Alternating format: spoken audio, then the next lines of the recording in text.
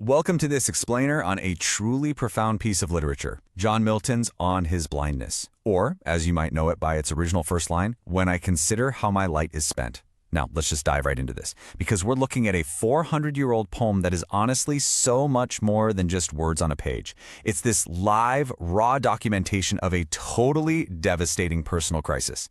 You see, Milton wrote this deeply autobiographical poem as a devout, grieving intellectual trying to process his own sudden, inescapable physical tragedy. And together, we're going to follow his exact emotional journey, literally step by step, from absolute despair to a really profound spiritual resolution. So I want you to start by asking yourself a pretty heavy question. What actually happens when your greatest talent is just suddenly locked away? Imagine losing the very thing you believe gives you your core purpose, your identity, your entire value in the world. How would you react to that? How on earth would you make sense of your life moving forward?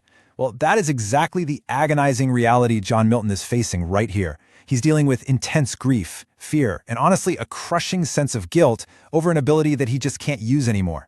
Because by 1652, at just 44 years old, John Milton went completely blind. And this wasn't some random accident. It was actually largely the result of his unimaginably intense workload. He was writing political propaganda for the English Commonwealth. And here's a crazy historical fact for you. He actually had to dictate this very poem out loud to his daughters or assistants, simply because he literally couldn't write it himself. He truly believed God had given him this monumental, once-in-a-generation talent for writing poetry. And then, suddenly, right in the prime of his life, his sight is just gone. As you can imagine, this sparked a massive spiritual crisis for him. He was absolutely terrified that he could no longer serve God with his talents. To really understand how he writes his way out of this incredible crisis, we're going to look at four main parts of the poem today. First, the architecture, then the octave, which outlines the problem, followed by the volta, or the turn, and finally, the sestet, which brings us the resolution. So let's start with part one, the architecture.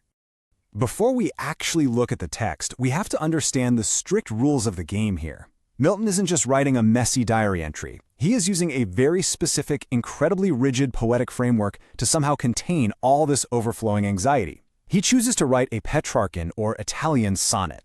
Now, unlike a Shakespearean sonnet that ends in a neat little rhyming couplet, the Petrarchan sonnet is one single 14-line stanza that is conceptually split right down the middle into two distinct parts. First, you have the octave. That's the first 8 lines, and it follows a strict A-B-B-A, A-B-B-A rhyme scheme. And then you have the sestet, the last 6 lines, which shifts to a C-D-E, C-D-E rhyme scheme. And this division? It isn't just for show. It acts as a hard physical boundary between the massive problem he faces and the answer he eventually finds.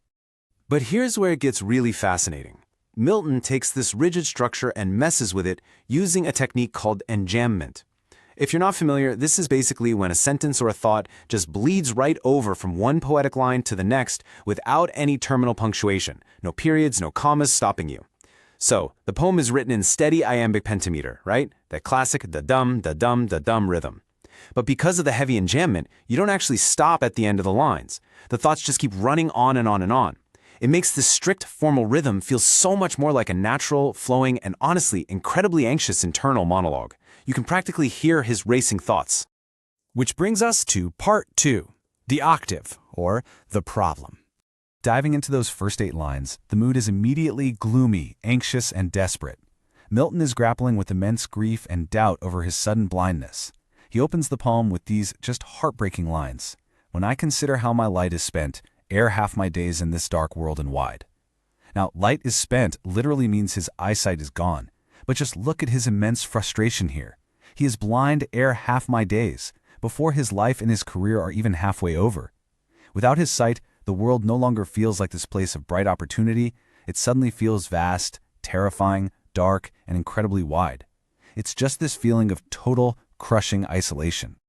So the really crucial point is what happens next. He writes, "And that one talent which is death to hide lodged with me useless."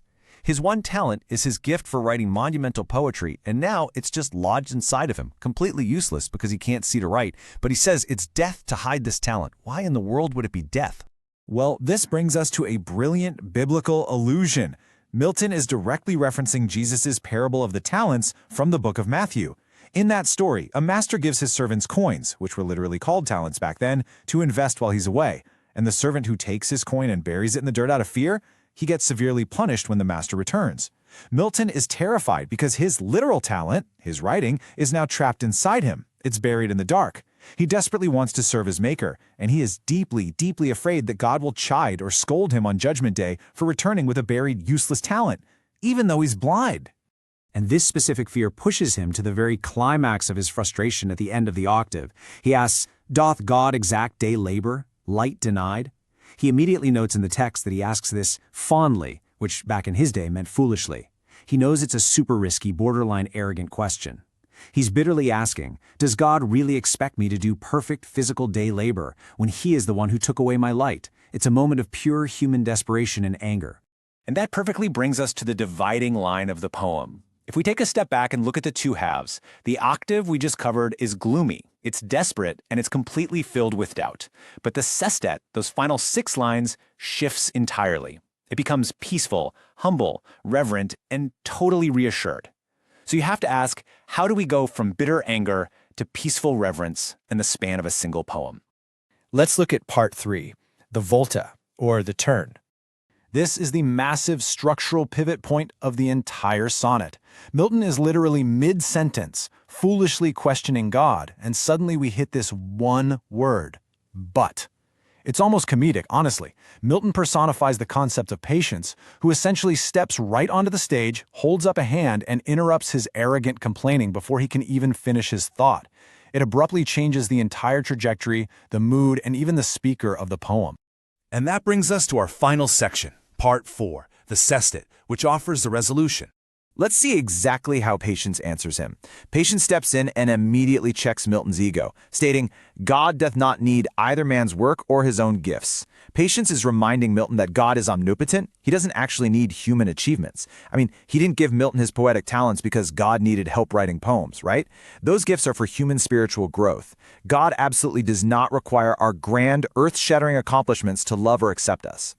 Patience then continues with the true definition of service, saying, "Who best bear his mild yoke, they serve him best." Now this is a direct reference to the Gospel of Matthew, where Jesus says, "My yoke is easy." If you don't know, a yoke is a heavy wooden beam used on oxen to pull carts. It represents life's burdens. So Patience is explaining that true spiritual service to God isn't always about producing grand, monumental work. Sometimes the absolute best way to serve is simply by bearing your specific burdens, like Milton's blindness, quietly, humbly, and without complaint. Patience then goes on to explain God's kingly state. God is a supreme king.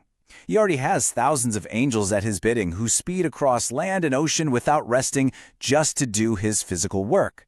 The physical labor of the universe is already handled by a vast spiritual army. And because of this, humans do not need to burn themselves out, tying their entire self-worth to how much they can physically do or produce. Which leads us to the poem's final, and definitely its most famous line. Patience concludes, "They also serve who only stand and wait." It is such a profound, life-altering realization for Milton. Waiting on God in faithful patience, enduring your trials, and submitting to your circumstances is just as valuable an act of worship as active, physical service. You don't have to constantly produce just to be worthy. So as we wrap up, I want to leave you with this really provocative thought to chew on. Milton found his answer 400 years ago, but it is every bit as relevant today. In a modern world that constantly demands we produce, achieve, and hustle just to prove our value, how do you measure your own worth when, due to illness, hardship, or just circumstance, you are forced to simply stand and wait? Really think about that. Thank you so much for joining me on this explainer, and keep exploring.